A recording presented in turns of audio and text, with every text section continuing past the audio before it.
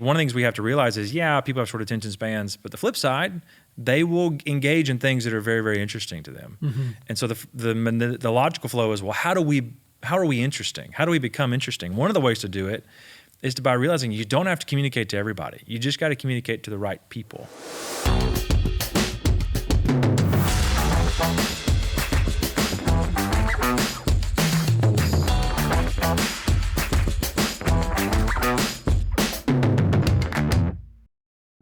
Welcome back to another episode of Good Business. Guys, I'm so excited to have my dear friend Wes Gay here on the call, in person, not on the call. Wow. Yes, he's actually here. In real life. In real life.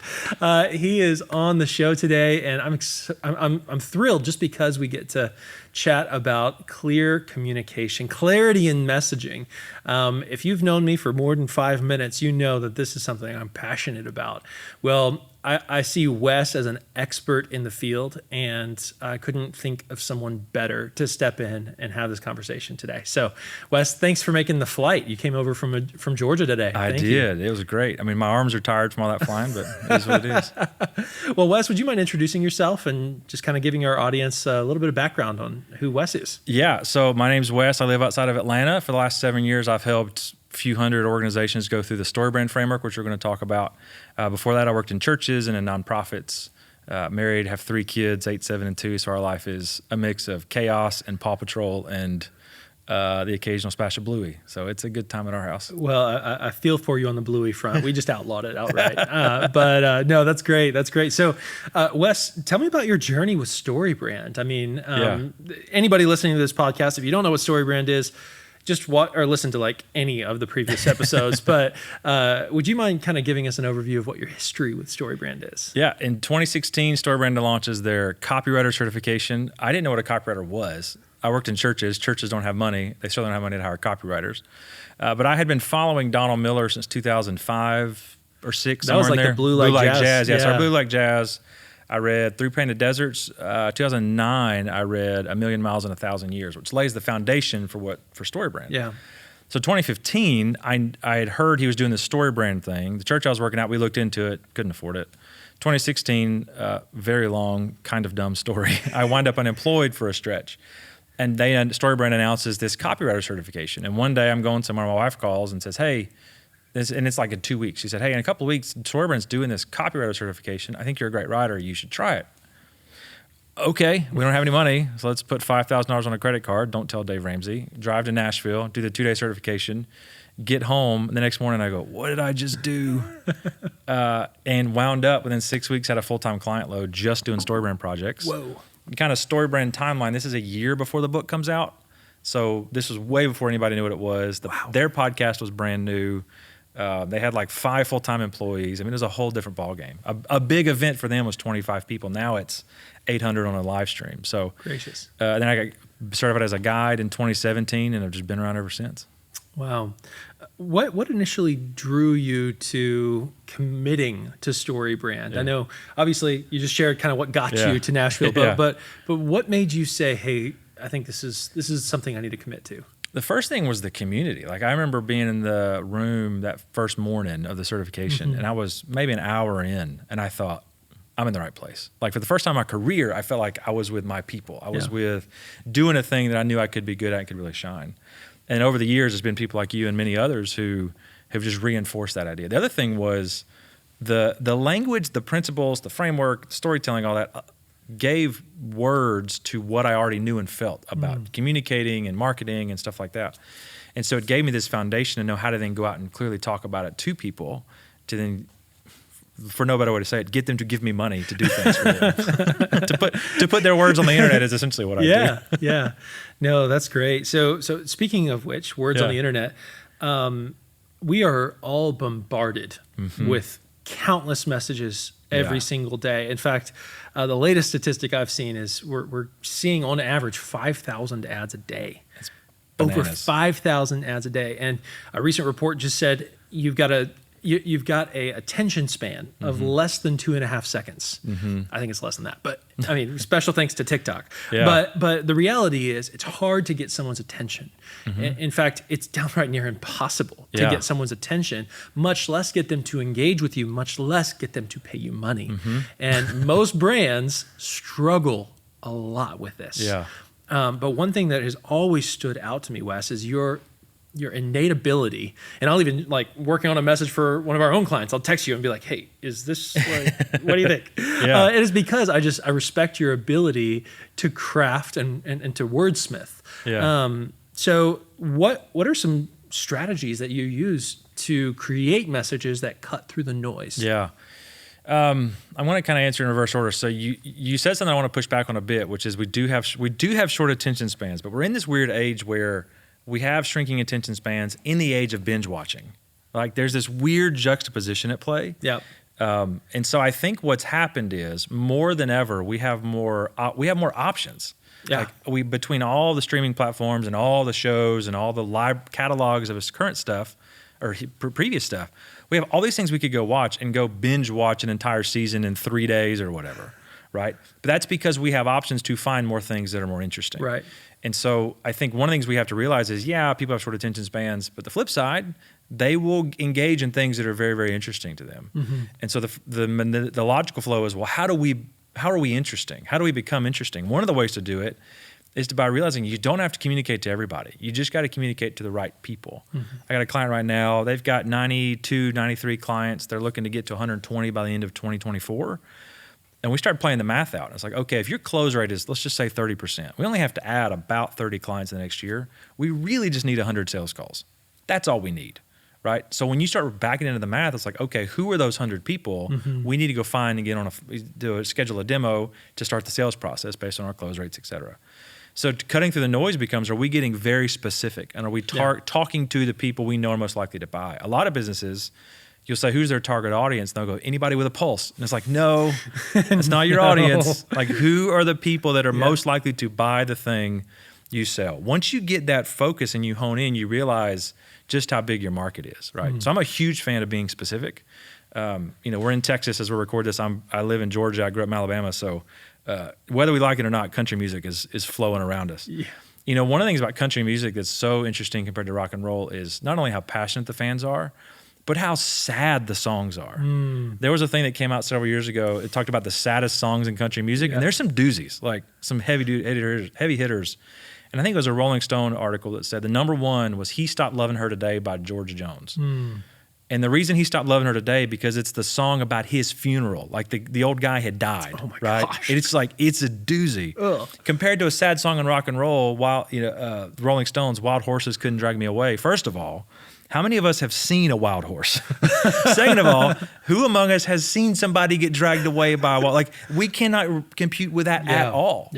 But you start talking about, he's got her picture by his bed, and they're at his funeral today. Like, we all can relate to that.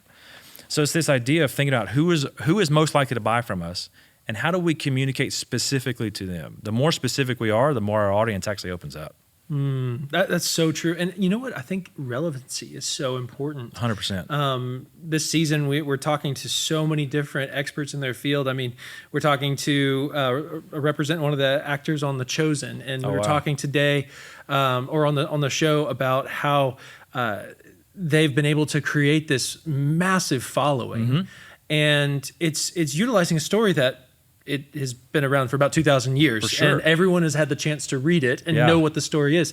But the reason why they're getting so much engagement is because they're adding relevancy into it. They're filling in those voids, the gray area, and they're able to make a story that is applicable to the audience. And just like country music, it's applicable to the audience. People can see themselves in that same story. And so, I mean, I couldn't agree more with you on how storytelling unfolds. So tell me a little bit more about, like, what that actually looks like in the realm of marketing and messaging for brands. So, we're in the StoryBrand world.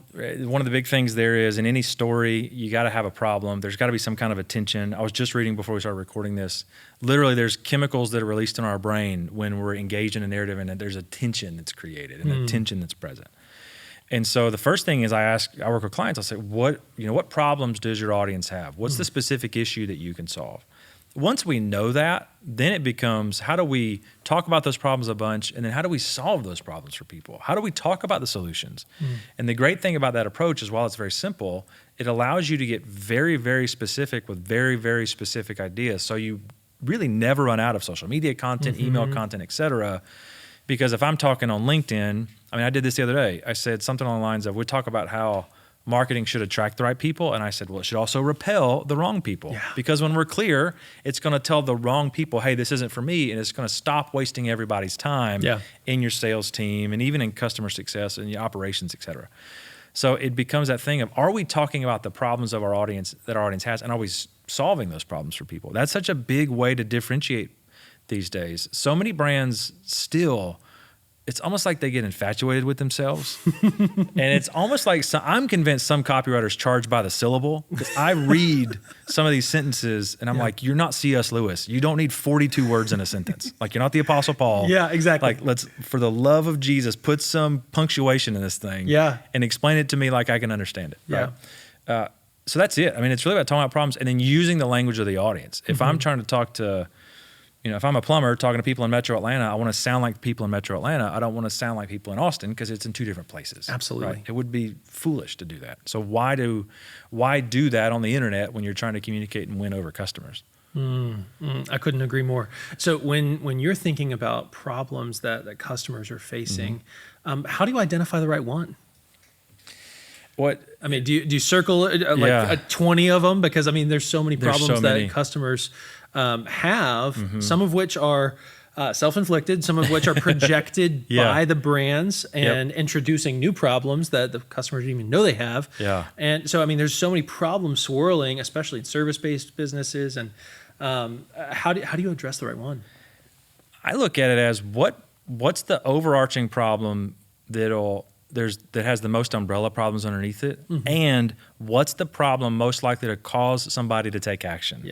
All right, so when every January, what are we bombarded with? Health and nutrition and weight loss programs and all that stuff. What do they all talk about? Right? It's all about obviously losing weight by the spring, or losing that last 20 pounds, gaining muscle, whatever. They never talk about, hey, if you're 40 and you want to be a world-class skier when you're 80, you got to start now. Like, if you want to be, if you want to ski when you're 80, you got to, because nobody thinks that far out. That's not a problem I'm trying to solve. And so it comes down to, what is the problem that somebody has that they're most likely to buy something as a result? It really gets down to that fundamental issue. If you can, it's identifying that one. Tactically, the way I do it is, if I'm working with B2B, I'll always talk to sales teams, and I'll say, because you're on the front lines, what are you hearing? What are people saying? What's the thing that when they say it, hey, this is going to be a sale? Or when you say it, they're immediately hooked, and they're going to convert. Like, what are those things? Let's take that, and then let's go put that out in your marketing. And then basically what you're doing is you're scaling the sales team. What that also means is we have to leave a lot of ideas on the cutting room floor, so to speak. We have to sacrifice good ideas for the best ideas. Right. We have to sometimes sacrifice great ideas for the best ideas, knowing we can put those in other buckets somewhere. But really it comes down to, are we focusing in on the thing that's most likely to get people to pay money to solve that problem?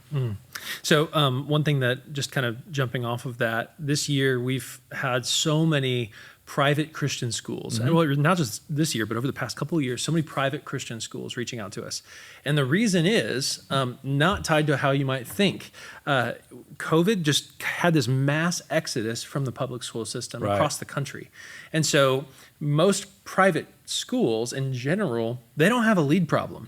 They are bombarded. What they have is, they have a problem of getting so many leads, they don't know how to filter through the ones that are not going to be good for their culture.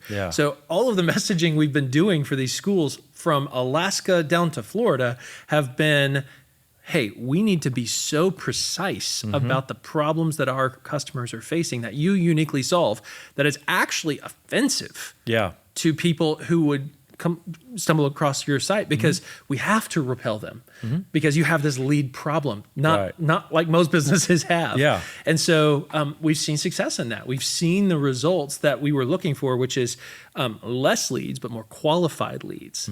And so that just reinforces everything that you're saying, because it's all about making sure the problem is relevant for the exact customer that you want. Yeah, and most organizations, there are very few organizations on this planet who need a huge volume of customers. There's just not many. Yeah. Like the overwhelming majority of people, of businesses, don't need huge. Like if you actually run the numbers, you need 10, 20, 30, 50 a year, 100 a year. Like you just don't need that many. Yeah. And so it's like, why am I trying to talk to millions when I really only need dozens? Yep. It just is a math game. Yeah. It just depends really on your growth goals. Though, I as well. mean, if you have some aggressive growth goals, sure. But at the same time, you look at the real numbers. Like if I had, one of the questions I love to ask is, I never ask who's your ideal customer because nobody knows. Oh yeah. They'll spend, some people spend all this money on ideal customer profile stuff, and you look at it and go, that actually doesn't help us at all. Yeah. The way I always ask it is, think about the last 12 to 24 months of all the customers or clients you've had. Who's your favorite one? Who's the one that was the easiest to sell? Yeah. That was a great match for what you did. Yeah. They either became a referral source or a repeat customer. And I always end it with, if you could meet your revenue target with this year, just selling to organizations like that one, who is it? Mm-hmm. And every time people know within 10 seconds, it doesn't take long. I was with an organization a couple of months ago, and I had sent that question to the team ahead of time before I flew to Dallas to meet with them. And I get to that question the first day. We were there for 2 days, and we start with these two different organizations. They start explaining to me why they thought it was it. And one of them, everybody was all in. The other one, the chief strategy officer was like, well, actually, I don't think they were a great fit. And the marketing director was like, what? Are you crazy? Like, what are you talking about? And the chief strategy officer starts unpacking and said, well, here's why I think they weren't a good fit, this particular customer. This organization is B2B. And she starts unpacking what it was, all the challenges. And then somebody else on the team was like, yeah, I thought that too, but I wasn't really sure because we all liked this guy. We all liked our point of contact there. By the end of that hour, it was all agreed he was not a good fit. This organization was not a good fit, even though they liked the main point of contact they had. But there was this other organization that they worked with that was a great fit. And they're like, oh, that's actually more of who we want to work with. So now they had two great customers that they could then go duplicate. And so then it became peeling back the layers. And I said, well, what do those organizations have that one doesn't? And for example, they do training and workshops. And one of the things they said was, we found the most success with organizations who have led some kind of internal change before. This one hadn't done that yet, and they didn't have the change management muscle, essentially. And they had never said that out loud and never talked about it. Wow. But once we articulated who their target audience was, in terms of marketing and messaging, as we're kind of rolling back up into marketing and sales, it becomes, okay, how do we now communicate that? How do we give the sales team language to filter that kind of stuff so that we know, hey, there's a 98% chance that if we get these kind of people, they're not going to be a good fit. But if we get these kind over here, they're going to be a great fit. So how do we make sure we're filtering through those so that we actually get qualified people in the door and we can scale and we can not wear our team out because we're dealing with all the wrong customers? Yeah. Well, so the problem is so important to identify, and knowing your ideal customer based off of your experience of, hey, I really don't like working with these folks, but I love it when we get to work with these. That's super helpful. But you still need to convince those people that you're qualified to do it. And I think that's where a lot of businesses don't quite know how to do that. Trust is paramount, especially in this day and age where competition is high in a lot of different industries, and you've got to be able to earn the trust of your customer before you ever ask for the dollar bill. Yeah. So how do you recommend actually addressing that trust issue? Yeah. One of the ways we think about it, and this is a StoryBrand thing, is that we talk about this internal problem. Are we showing that we solve an internal issue? Yeah. And I think the more we address that, the more people will trust us. I live in Atlanta. I live outside of Atlanta. I have 7 Chick-fil-A's within 15 minutes of my house. Like, we have 2. That's dangerous. It's very, and like all of them are double drive-throughs. Oh my gosh. It's bonkers. I think one of them might be a triple drive-through at this point. That's but there's nuts. 2 in the same parking lot. One's in the mall. One's directly outside the mall in the same parking lot as the mall. But anyways, Chick-fil-A is a great example of this. Like Chick-fil-A at the end of 2021 was at almost $19 billion a year. 2018 they were $10 billion. So they grew by $9 billion. In 2 of those years of the pandemic. Like, that's great. And the dining rooms weren't open. But you think about a brand like Chick-fil-A and a McDonald's, or I just saw Subway just got acquired this week for like $9.9 billion by private equity, I think. Wow. Yeah. So let's say Chick-fil-A and Subway, right? They both serve the same kind of surface level issue of I'm hungry. But Chick-fil-A goes a level deeper and says what? We know how you feel about the typical fast food experience, how frustrating it is, how overwhelming it is, how you're nervous about the food choices. You want to give your great options. You want it to taste good and be good, quality for the price, all that kind of stuff. You don't want to walk in to like some other fast food chains, and I won't say who because I don't want to offend anybody. But sometimes you walk into other brands and you walk in, the door closes behind you, you make eye contact with the people behind the counter, and you're like, I think it has come to this.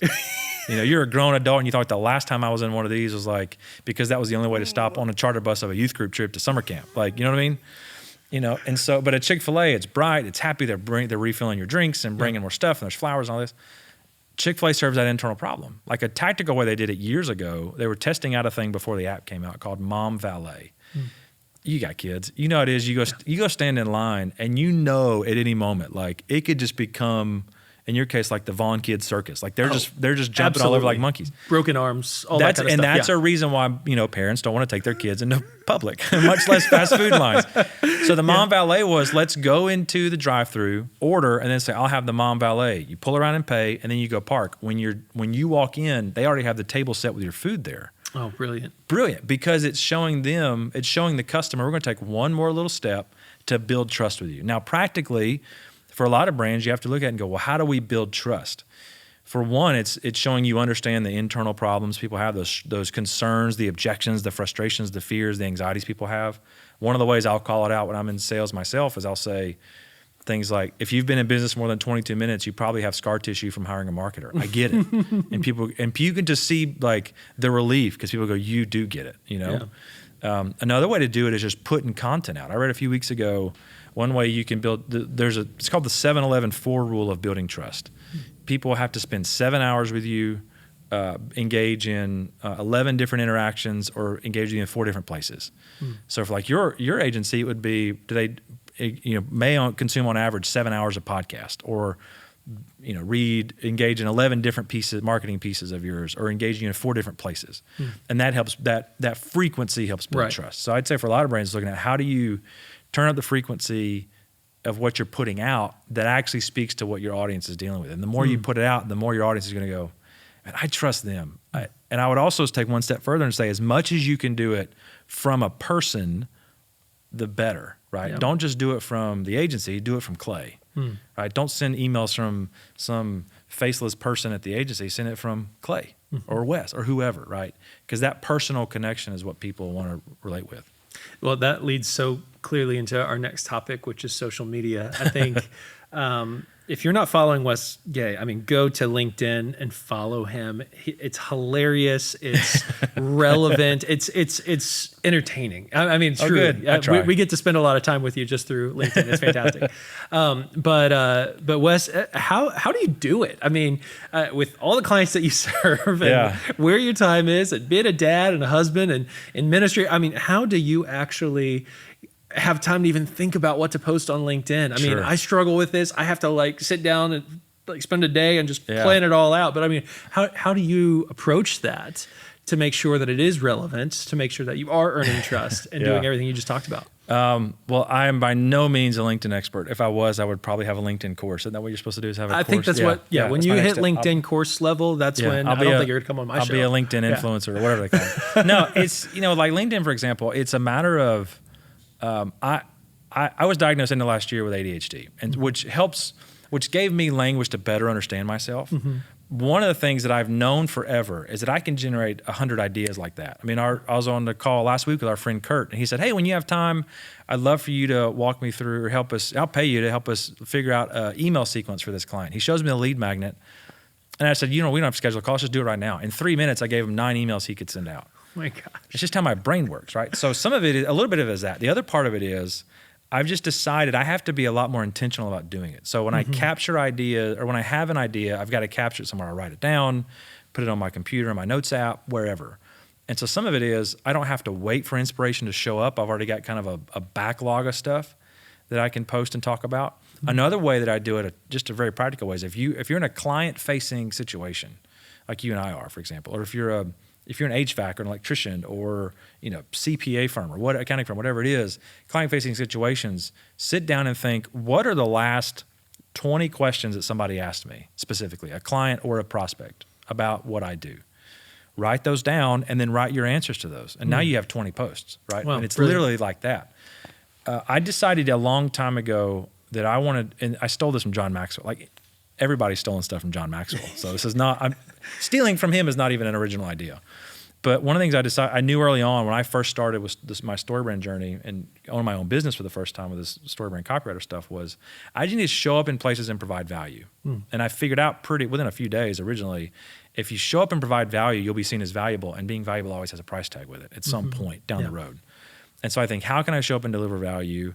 There's some things about marketing that just make me want to throw things out the window. Like a lot of the SEO people, for example, I do want to rag on them because they deserve it most of the time. Not always. We have some mutual friends who are very good at that stuff, but for the most part, to quote late 90s Dwayne "The Rock" Johnson, they're jabronis. But oh my gosh. I may try to sneak a Macho Man Randy Savage reference in here at some point too. Anyways, there's this, but I just get annoyed. Like, there's this righteous indignation I sometimes get about how people get ripped off by marketers because it's so easy to do. It happens every single minute of the day. Yes. Yeah. And so I'll sometimes post about that. Sometimes I do stuff where I just want to poke the bear because I know some people are going to get mad at me. I don't care. But it's really the strategy becomes, how can I just show up and provide value? How do I explain my unique expertise? How do I explain what I do? Realizing I'm not ahead of everybody. I'm not ahead of a lot of people, but I'm ahead of enough people where I can share something that's going to help somebody. I'm going to explain something that'll be of value. So it really becomes that and then I said, from a tactical standpoint, it's really just the boring habits of putting ideas in places that you can go back to and look later, instead of saying, oh, I got to write 5 posts to schedule them out this week. It's like, oh, let me go look at some of the ideas I've already had and just share that. Brilliant. And, I love your comments about how perspective on marketers. I mean, I've always kind of thought in my head, like, the old ice cream trucks, and you hear the music, and that used to be a good sound. I mean, the guy in the van, the old man in the van, driving through your street slowly in a white van, used to be a good thing. But now your metabolism slowed down. I'm kidding. But and he used to serve these amazing ice cream cones that, I mean, growing up I loved. But now if a somewhat creepy old man drives through your street in a white van, you maybe hold on to your kids a little bit tighter. And that's kind of how I view marketers these days, is like, the good ones have really tasty ice cream, but you don't know which one is which. No kidding. And I've seen so many people, pretty much everybody that comes to me, they say, Clay, I don't even know if my current marketing is working. And unfortunately, a part of our process is to do an analysis, and I know that's yours too. And I end up uncovering, hey, did you know that you've been paying for something and you haven't gotten it? Yeah. And you haven't gotten it for almost 3 years. Yeah. And it's no fault of them, though they probably feel a little guilty about that because they didn't know and they trusted him. And I couldn't agree more with you that that's a problem in our industry. And 100%. I think your approach to just saying, hey, look, here's some valuable content. I'm not trying to hide it behind a paywall. Just I'm sharing. Yeah. And that's proving to your audience that you're not one of the creepy guys in the white van. I don't want to be a creepy guy in a white van for sure. And let's use that clip for the internet to promote this podcast. No, I was waiting for you to say that. Yeah, there you go. Yeah. Well, there's also there's no easier place to hide in an organization than under the veil of vanity marketing metrics. Oh my gosh. Right? I mean, it's like earlier this year, I was with an organization, a local company, is B2B e-commerce. They sell pre-owned IT hardware. And I was meeting with their CEO, and we're looking at their Google Analytics, which it's so easy to create vanity analytics from Google Analytics, right? Even if you can understand GA4, you can still, which Wait, you God can? bless, no, I can't. I don't have a PhD yet. You have to have a PhD in economics to figure that out. Anyways, but we start clicking through, and we were there in maybe 10 minutes, and I'm asking the question, it seems obvious, what's making money? Like, what are we doing that's actually selling? Yeah. And they had it all set up. They had spent years cultivating this. And so we could have a pretty good idea of what was actually selling stuff. And we start drilling down, and we got to email, and the CEO had some hesitations about their email agency. We start drilling down, and we realized it was almost an 80-20 split of almost 80% of the email revenue that had come in was from the automated sequences that the company, my client, had created, not the ones that the agency had created.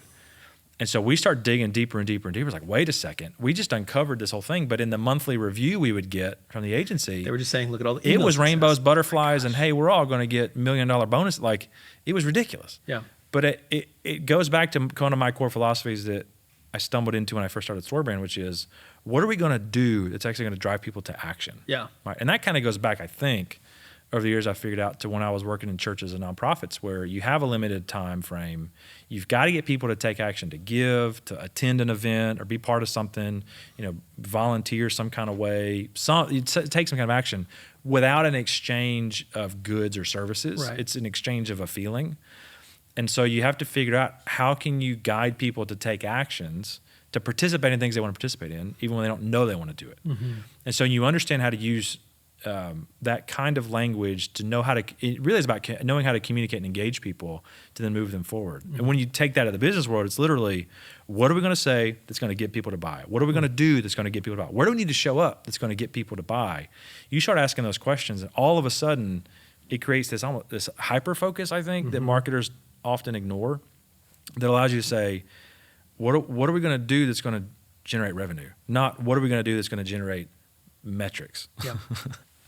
Yeah, those NFL football stats, those vanity metrics that drive me nuts. I'm reviewing. I'm in the process of building a blueprint for one of our clients right now, and that's what they've been given by their current agency. And I'm just like sifting through all this data, and I'm like, they didn't set up goal completions. Yeah, there's no actual trackable proof that it's even working. It's just, look at all this traffic we've generated for you. I'm like, you guys are a $100 million company, and this is what you're getting from your agency. Yeah. So I think it is so important, if you run the marketing department or are in charge of marketing in your business, like, you've got to continue to ask the question why and the question how. Yep. If you're not asking those questions and challenging your agency, I'm putting the onus on us. Absolutely. You need to be asking that so that you're informed, so that you don't end up 12, 24 months down the road having wasted tens, if not hundreds of thousands of dollars on marketing. So I love that strategy. Love that strategy, Wes. Thank you. Okay, so how do we prepare for the future? Because right now, I mean, LinkedIn is actually much more popular now than it was a couple of years ago. Who knew? Would never have guessed that. And social media is changing dramatically. You've got this evolution of artificial intelligence, changing the marketing landscape. How do you see the marketing landscape shifting, and how would you advise business owners to respond to that? I think there's a couple of ways. I mean, we'll start with AI because everybody's talking about it. Yep. People think AI is going to take over the world. You live in Texas, I live in Georgia. We both know guys with stuff in their barns that can take out any AI robot. Like, I'm not concerned. I grew up in South Alabama. Like, I know some boys down there who got some stuff that'll take out some robots. And I waited till you take a drink to say that. Yes, you did. But AI, the reality is, I don't think AI is going to take over. I think AI, or technology in general, at any stage of human history, technology can either be a tool or a toy. That's it. Right now, I think AI is still in the toy phase for many. It's kind of a solution in search of a problem. Yep. And somebody's going to get mad at me about it. I don't care. I'm going to put that on LinkedIn. But because the reality is, what I think is going to happen with AI is it's going to be more integrated with existing tools you already use. HubSpot's a great example. They've got an AI chat tool I think it's in beta testing right now. Yep. Where instead of pulling out every piece of information it can pull into their algorithm, it's just in your data. So it's like, I can now better interact with and get better information instead of having all these volumes of data. And it makes it more useful, as opposed to having somebody do it. So I think that's where where AI is going to go that way. I also think AI is going to take out a lot of entry-level knowledge work jobs where it's like the data stuff that's just there. I don't know if you've ever felt this way. There are times where I've given a task to somebody and I feel bad for asking a grown-up to do this thing. It's like, it has to get done. Yes. Hey, copy all these and paste all these. Yeah, and then rearrange this. And it's just like, I feel bad. Like, I'm insulting your dignity as a human created in the image of God. Like, that's weighty, but it's like, so I think robots and the AI will take out some of that stuff. But one of the things I think, too, is now we're entering this phase, this age with AI, and then Zapier's ramping up here, and Airtable and some others, where it's becoming about how do we build no-code apps? So instead of having to buy a bunch of apps, how can we figure out, for lack of a better term, to build these digital machines that help us get the work done? Right. So now we can build these digital assembly lines to help us and alleviate some of the stress and the confusion and the frustration and eliminate the hundreds of decisions and anxiety points that currently exist. So that's where I think things are going to go. I'm not worried about AI taking over. It's not going to take my job. If anything, for marketers, it's about double down on doing only the things that humans can do. Yeah. And then let the robots stuff's going to happen. Like, it just is what it is. Yep. I also think too, if you're an agency or a freelancer, consultant, whatever, my advice would be we're kind of at a fork in the road, and as Yogi Berra said, you have to take it. But one way you can take is go up market and be the strategist, because AI can't think. You still have to prompt it, right? You have to make the decisions because it can't understand the full context. The other way is to go downstream and say we're going to focus on the volume of work we're going to do by building technology to support it. I'm leaning towards kind of upmarket strategist, thinker, understanding everything in context, putting it together.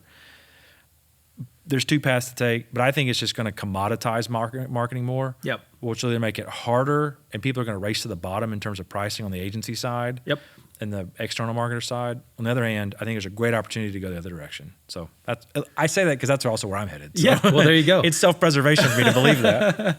Just keep saying that. I think that we're also going to see a rise in new technology 100%. to continue to support even the work that you and I are doing on the strategy side. I've been consulting with a very large software company and helping them determine what acquisitions are the best acquisitions right now, and specifically in the AI space. And they've been acquiring AI companies around the country. And as a part of that research, we found that the software industry, specifically the tech industry, since 2020 has increased by 3 times, and over $180 billion have been invested. That's nuts. Into venture capital specifically for AI. And so all that means is there's going to be, similar to the .com era, there's going to be this race to figure out what is it that sticks. Right. And there's going to be a lot of stuff that fails. 100%. But there is, and I can already tell you a couple of them, but but in reality, there's going to be a lot of stuff that wins that really becomes similar to the iPhone. I mean, it's something that you have in your daily life. Yeah. And the iPhone didn't change marketing. It just opened up more opportunity for marketing. It didn't like eradicate those kinds of jobs. I just said, hey, it's time to evolve. It's time to change. And I agree on that front when it comes to the nature of our industry and how AI is going to change it, and how technology is evolving. It's just going to cause us to change. It's not going to say, hey, you're gone and you're going to go, Wall-E, full on Wall-E, and go sit on a spaceship somewhere. No, I don't see that either. I do see us in a space where we're just going to be more efficient, and it's hopefully going to be a really good thing. It'll be more efficient. It'll be safer. It'll be easier to do some things. People who are stressed out about the future of AI with marketing, that probably means they're going to lose their jobs because they're not very good to begin with, which is a terrible thing to say out loud. But it's like cringe. if you feel threatened by it, then you have to ask the question. This is what Donald Miller, I remember, said at the beginning of the pandemic in 2020. Don't panic. Don't stress out because those things are out of your control. Instead, say, well, what does this make possible? You focus on the answer to that question, and then you start to figure out what's actually in your control to change, and then just focus on that and kind of forget everything else because it doesn't really matter anyway. Absolutely. So I think that approach, that mindset is really, I think, birthed out of your faith, right? It's hey, don't worry. There's no reason to be anxious here for a lot of reasons.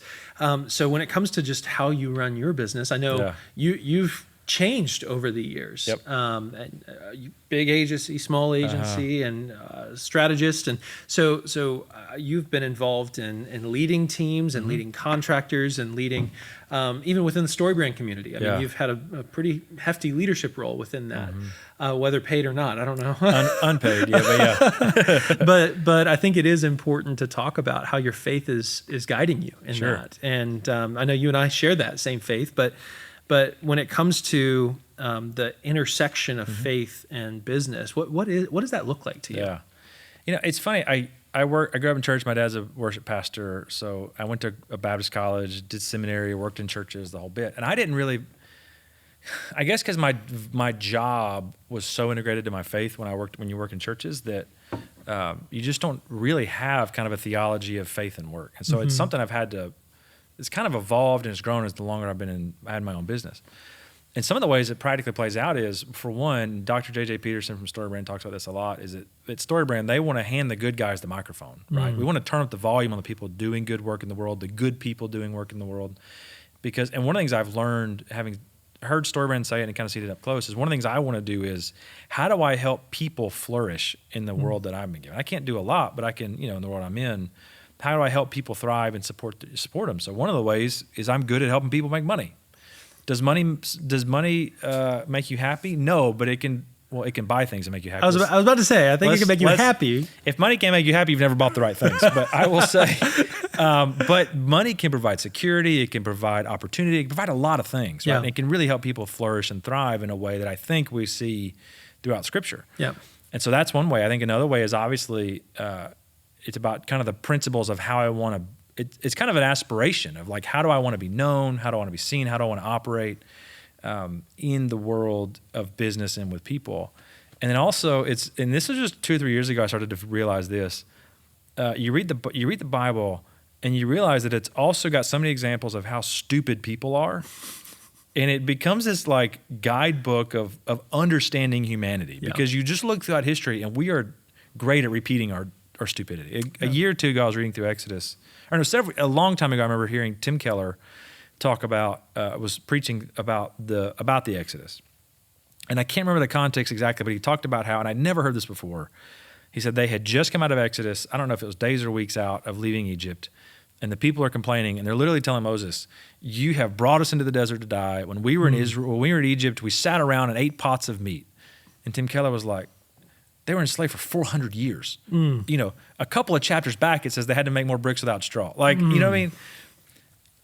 People are stupid. Like, it's just what it boils down to in that particular example. But you start to read Scripture. We'll take a screenshot of that. Please too, do. just so Make that a GIF or a GIF. I'm going to set the internet on fire with not knowing how to pronounce it.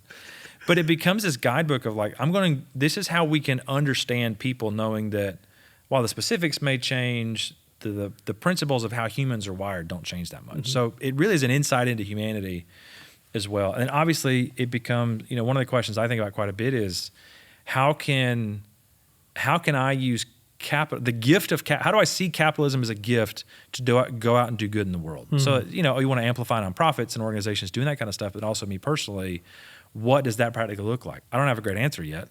But that's something I keep thinking about more and more is I do think, this wasn't your question, but I'm going to say this anyway. Do it. I think within the next 3, 5, 10 years, one of the futures you're going to see in ministry is more from the marketplace. Because I think you've seen more church leaders move to the business world. Yeah. I also think you're going to see more churches hire bivocational folks because there's so many more people now. And I didn't realize this till I got in business. I'm sure you see this all the time too. I shouldn't be surprised, but I'm continually amazed at how many businesses I run into of the 200, 300 I've worked with at StoryBrand, where the people who own it or lead it are people of faith. Like it is remarkable. And so there's more, it feels like there's a lot of that. So that means there's a lot of opportunities for people of faith to step in and serve churches and to fund things and let that open doors into new opportunities for mission work too. So that's a bunch of different ways, but I think those are some of the key ways for me that it continues to play out.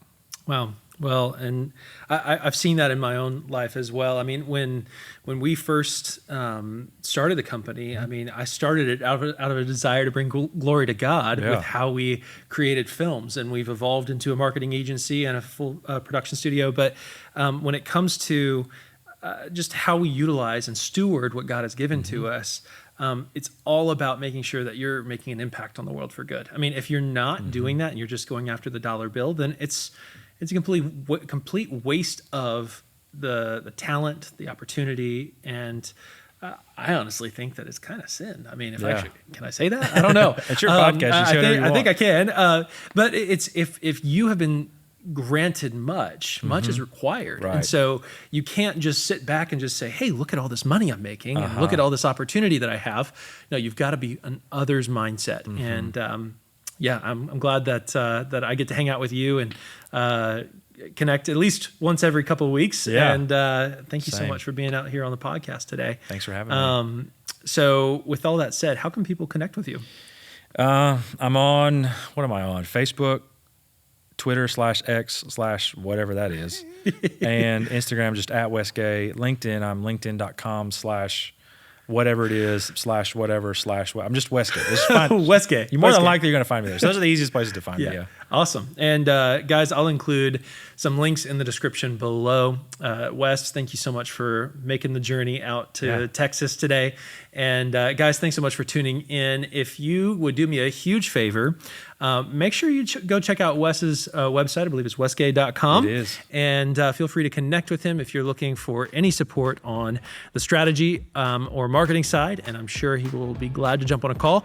I also encourage you to hit the like button, subscribe to our podcast. And if you're on Apple Podcasts, please give us a 5-star. We'd love to continue to get feedback from you. Once again, thanks so much for tuning in to Good Business, and we'll see you guys next time.